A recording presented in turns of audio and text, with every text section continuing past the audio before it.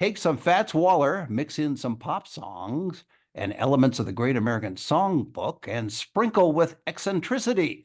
And you only get part of the story about my guests, Elizabeth Bougerol and Evan Palazzo. Their group, the Hot Sardines, are performing in Myron's at the Smith Center this Thursday and Friday, January 25th and 26th at 7 p.m. For ticket information, go to thesmithcenter.com. And for everything about the Hot Sardines, you can go to hotsardines.com and you can follow them on Facebook, Instagram, YouTube, and X. And Elizabeth and Evan, E&E, welcome to the show. Thank you. Hi. How you doing, Hi. Ira? Good. So I guess the most important question, which I've been thinking about for decades now, is what got the two of you together? Decades, huh? Wow. Decades. We haven't even known each other for decades. I know. I go back in time mentally, so it happens that way. An accidental meeting at a jazz jam is the short answer, and the legend flows from that. We hit it off and started playing songs together, and eventually went to an open mic, and never expected to be here talking with you decades later. So we're doing what we love, and that's good things happen when that happens. Absolutely correct. Now, here's where it gets tricky, and I should have asked this before we started, but I'm going to ask it now because I have two dates when you technically founded the group, one of which is 2011, and I think the other one was, I'm trying to remember the other date I had, but I'm going to let you correct it if I'm incorrect in terms of when the group actually formed. Well, you know, we had in the way of any project, you kind of don't know it's happening until you have hindsight to pinpoint it. Evan and I started playing together just for fun, and it was just the two of us. Then it was a couple of other people, and then we just kind of went back to our jobs for a while.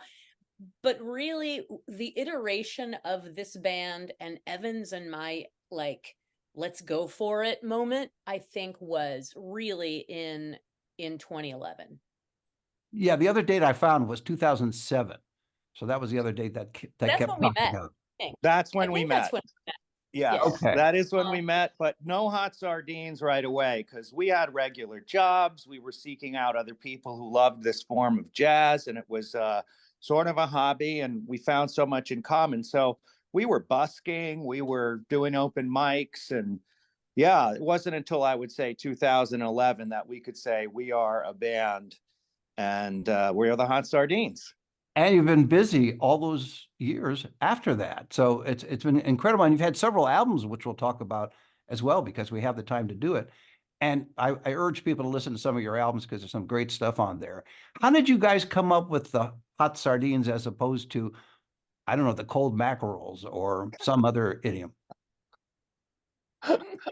Thank you, Evan. I appreciate it. You're one of my few guests that actually laugh at my material. I like that. The cold mackerels, man. That's good. That's gold. Honestly, we chuckle so much. We get this question sometimes, and we needed a name for an open mic to put on the sign-in sheet, and we really didn't put much thought into it, Ira. We had no idea that we were ever going to be playing, beyond that open mic, to be honest with you. We had no idea that one day it would be printed, on a record sleeve from, for Decca Record. We had no idea. So we were talking a lot about Louis Armstrong's Hot Fives and Sevens and Django Reinhardt's, Hot Club of France. And we knew that, we wanted the name hot, the word hot in there, maybe. And then I saw a tin of sardines and hot sauce at the supermarket, and I called Evan, and we were like, it's Googleable, it's so goofy. We probably would choose something else, but it's way too late now. So Evan didn't say to you, why don't we use cold mackerels instead? No, I didn't. Okay. I said I love it, and I do love it. It's a happy accident. We needed a name for that night, and it's a name that's hard to forget. Look, we're talking about it. I mean, that's Absolutely. Decades later. Decades later. So yeah, it's weird. It's a weird name, but we're a little weird ourselves. We play jazz that's sometimes 100 years old. So there. Well, I enjoy Jazz 100 Years Old, and I also enjoy the Great American Songbook. And I was listening to a couple of your selections on some of your albums where some of the tunes were, you could say pop versus jazz, and not necessarily from the Great American Songbook, but thoroughly enjoyable. I guess the take you both have similar sensibilities. The fact that you guys could connect when you did was serendipity. I like that word too. In fact, how about the Hot Serendipities? Listen, when your next group, go with that. All right, so Pretty you good. get together. Pretty good. You get together, and when does it become obvious to both of you that, okay, this is going to work? We're jumping in with all 9 feet, and we're going to make this a success. When did that happen, and where did that happen? Or was it evolution decades ago? Well, I it did feel like- happen. Go ahead, Elizabeth. We did establish No, that it did happen. Yes. Thank you, Evan, for that. But what about some facts? Some details. I feel like there was a moment, and I don't actually know when this was, but I feel like there was a moment when we had a conversation where we were kind of like, this has more momentum than the other things we're doing with our lives. So let's commit to this for, I think we said for a year or 2 years, Evan, correct me if I'm wrong. I think we said, let's be all in for a year. And after that, we walk away, no harm done if it doesn't work, and we'll play, music as friends. Because we really and truly never set out to play music professionally. At least, Evan had studied musical theater. I hadn't studied performance. I, was working as a content editor for a travel website. But we knew that when we got into a room, we were more excited about this stuff than we were about our other jobs. And we knew that we had the golden mix of like connection and timing, I think. And we thought, let's just go for it. So you both quit your jobs as Walmart greeters, and you say, let's go on the road and put together a band. You didn't like that, Evan. Okay, listen, not all my jokes are great. I smiled. No, that was a very, I don't want to interrupt the audio. How's that? Different Walmarts. Different Walmarts. Oh yeah, different Welcome cities to Walmart. too. So now comes the challenge of putting a band together, right? Because it's not just you and Elizabeth, it's others. So how did that process begin, where you had to obviously pick musicians that had, if not the same sensibility, a similar sensibility, because they had to understand the humor as well as the talent as well as the music. Would that be fair? Yes, and it was a over time accumulation of wonderful musicians. We played with many musicians since, I guess, we started, but in each of their ways, they contribute mightily. We do see ourselves as if not a collective, we collectively communicate the joy in this music in the shows, and we look for musicians who have that same sensibility. Also, it's important to have decent human beings in the band that are easygoing and can take the road. So it's a tough nut to crack. We all get very tired, and you need to be right on your game at 8 o'clock. And it's almost like an Olympic event, and you need to have some experience to pull off with ease and fun, which we like to have on the road. So yeah, we have a lot of great musicians, and we're very grateful for that. And they've joined us over the decades, and we still play with ones we've played for many years, and we're still incorporating new musicians we discover who have exactly what you said, Ira, that sensibility and willingness to communicate it in a show. And do the two of you have to agree on who you pick as musicians working with you? Yes. Yeah, and I don't think we've ever, I don't know that we've ever really disagreed. We No. in terms of like finding someone and being like, this person's got it. Let's get them a little, bring them in closer. It's so much of it is about vibe.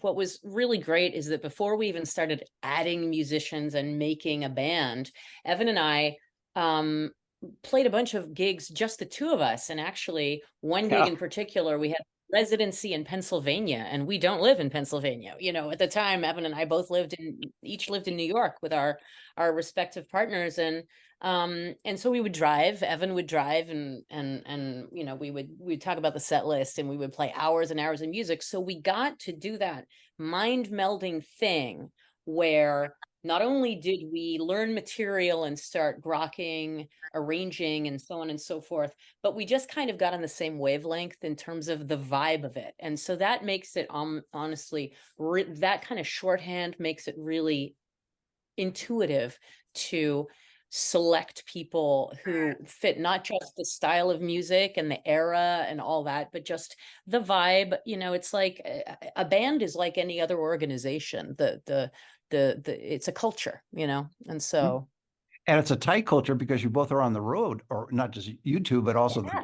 the rest of the group are on the road all the time. So you have to really form a bond and be able to create that culture to make it all work. As Evan said, you know, you're ready to perform at, well, normally 8, but in this case 7 at the Smith Center. Yeah. Again, this Thursday and Friday, Yeah. which I like to mention just to refer to, or mention again about it. I want to also talk a little bit about when you started to record and the choice of selections of recording versus live performance. Obviously, you use some of the material from albums that you've done and incorporate it into the live performance, but I'm assuming that in the live performance, there's also other elements or other songs, I should say. Oh yes, absolutely. Well, it's very different things, the live experience and the listening record experience, and it's one that we continue to work on and find interesting differences and yet similarities as well. So it's a mix of songs that we do. We have several albums, and a lot of our songs are on those albums, but not all, especially new material. We love to bring new material as when we get so lucky to come back to a venue or a city, and especially Las Vegas. And if there's 2 shows in the night, we like to make sure they're not identical in case someone enjoys the first one. Well, maybe they'll stay and see the second one. So yeah, that stuff like that. We like to mix it up quite a bit, and as a result, our repertoire is sufficiently large. And I think I read some. It Go feels ahead, endless. Elizabeth. I was Endless. saying, when That's good. you know, it just feels, you know, it's really fun to dive in, and we're like, wow, what haven't we played in a while? It's fun. It's part of the joy of doing it. Honestly, it's figuring out like, oh, who's on this gig, like, well, who's in the band for this run, and you know, what do we want to play? And I believe I read somewhere that I think Evan gives a cue to the rest of the guys when when you're about to start as to where you're going with a song or a set of songs. I think what you mean there is it's not my idea, but I use hand signals. Yes, correct.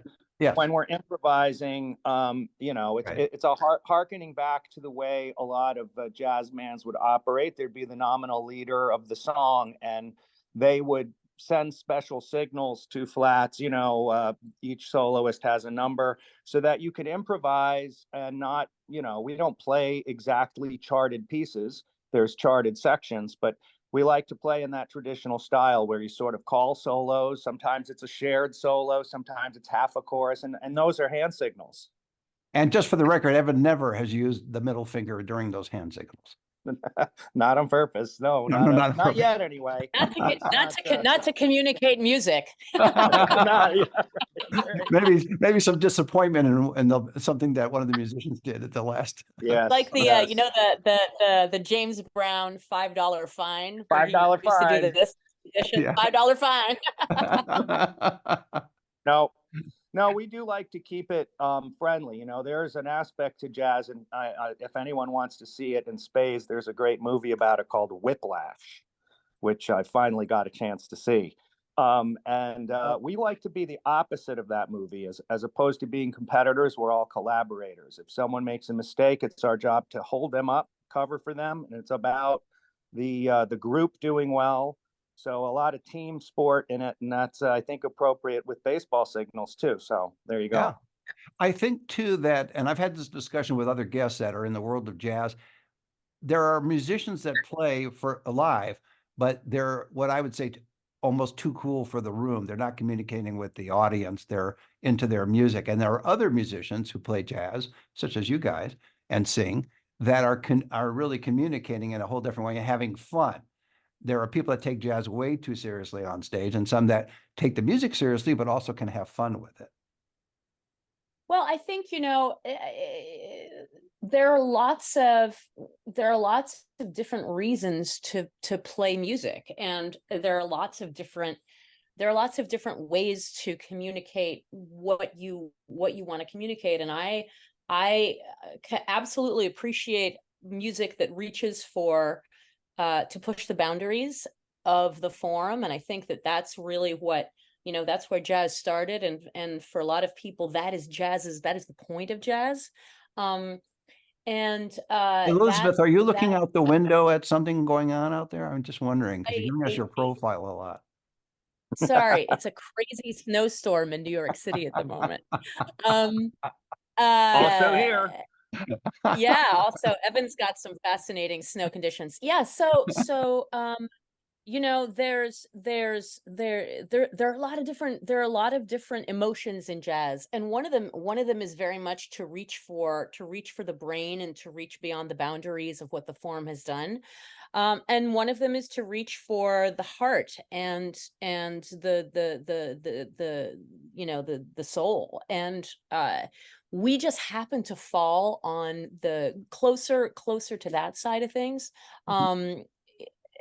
And that communication and vibe is just something that we always, it's why Evan and I started playing music in the first place. We loved that feeling of the music being warm and welcoming and joyful and bringing everyone in, because this form brought people together. That's what jazz did. It is the music of change.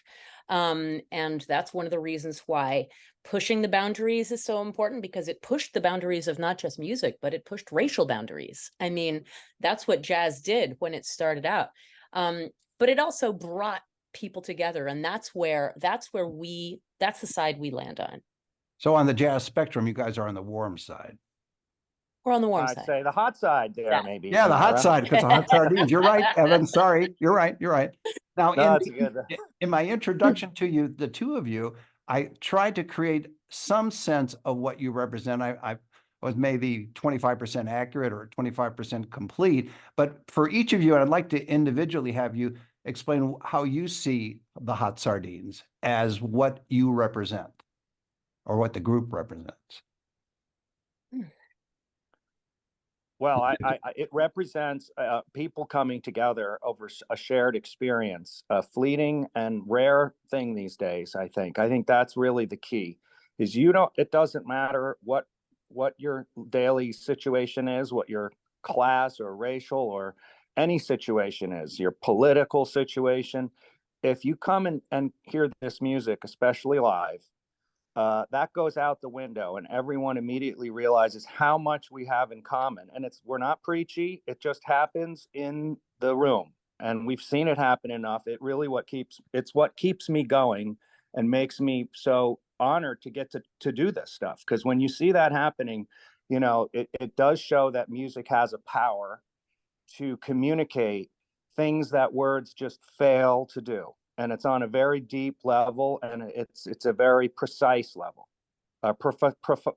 Precise communication. It's not.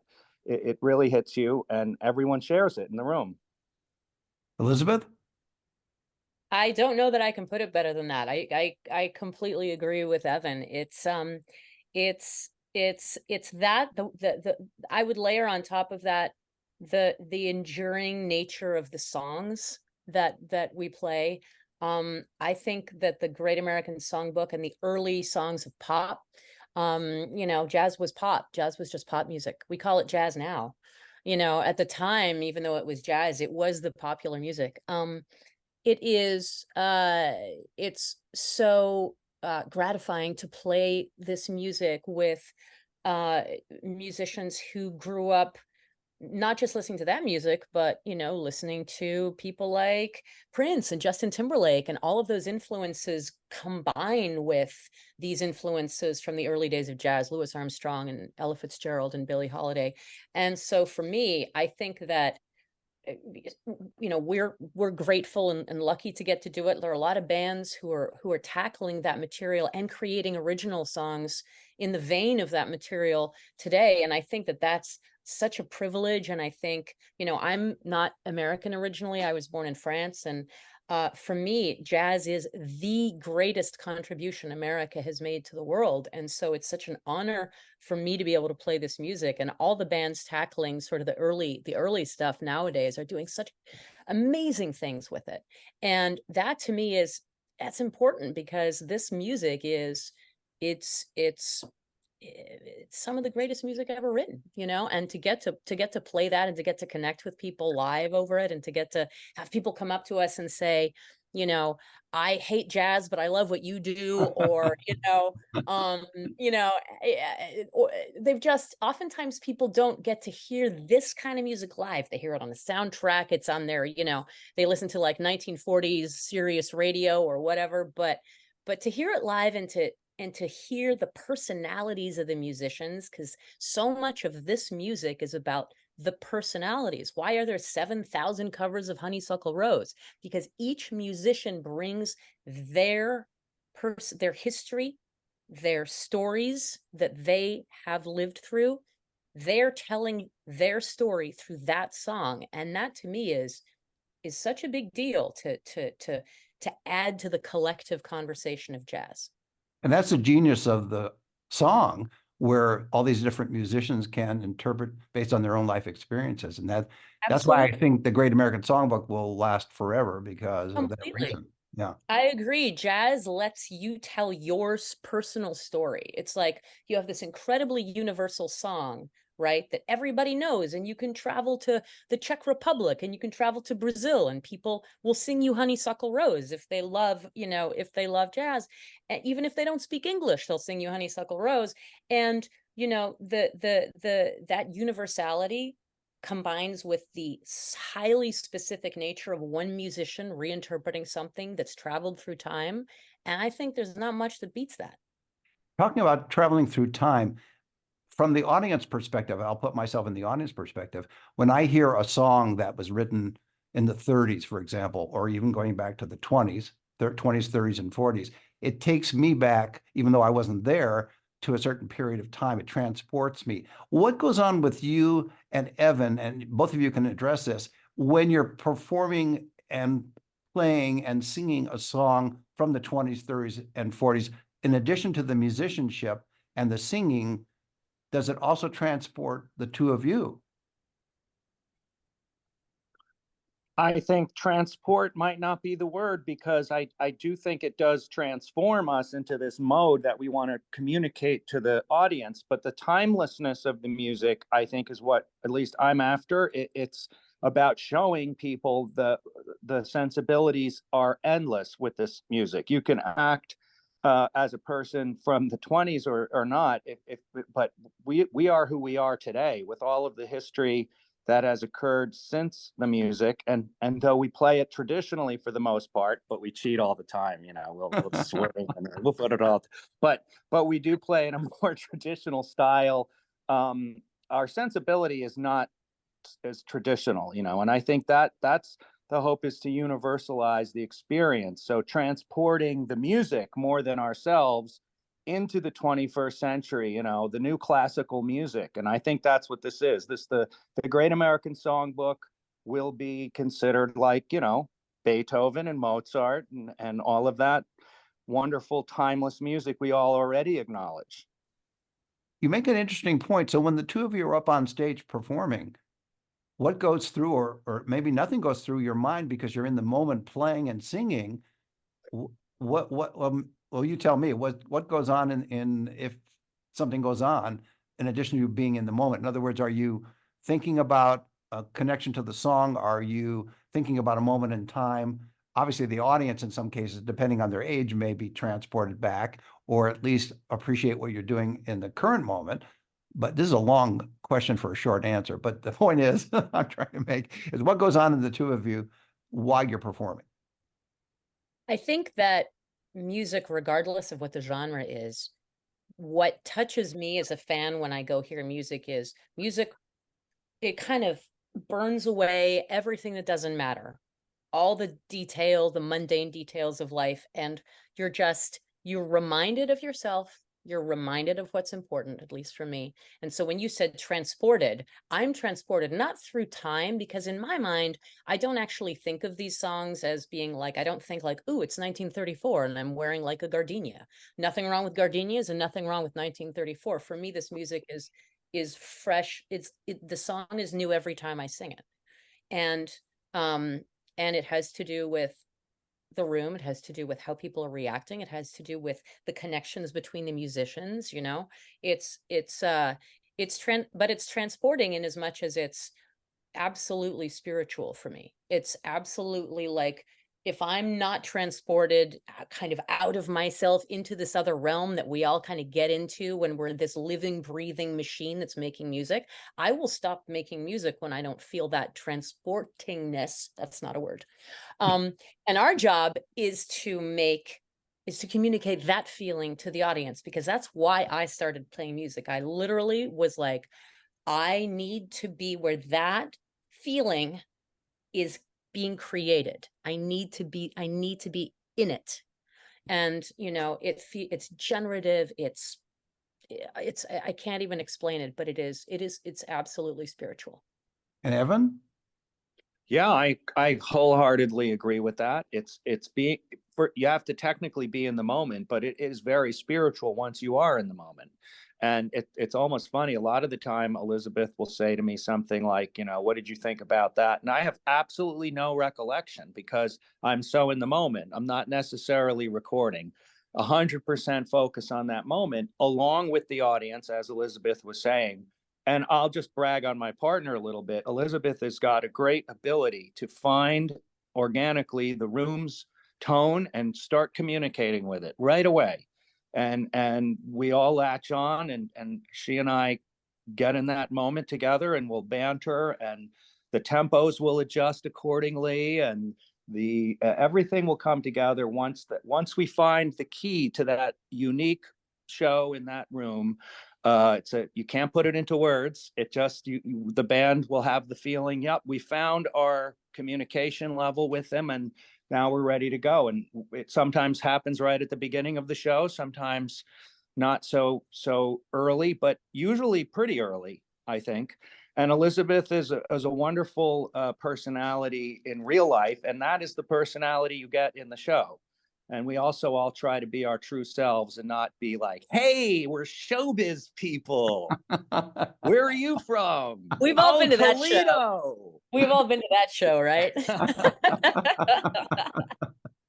Right. No, that's one of the things that's so great. It's totally true, Evan, about the authenticity piece. That's one of the amazing things about the experience of going to hear live music, is you're getting to know someone better. You may never speak to that musician, you may never meet them, but they're telling you, they're opening up the raincoat and showing you the lining of their soul if they're communicating with you. And that's a pretty special thing.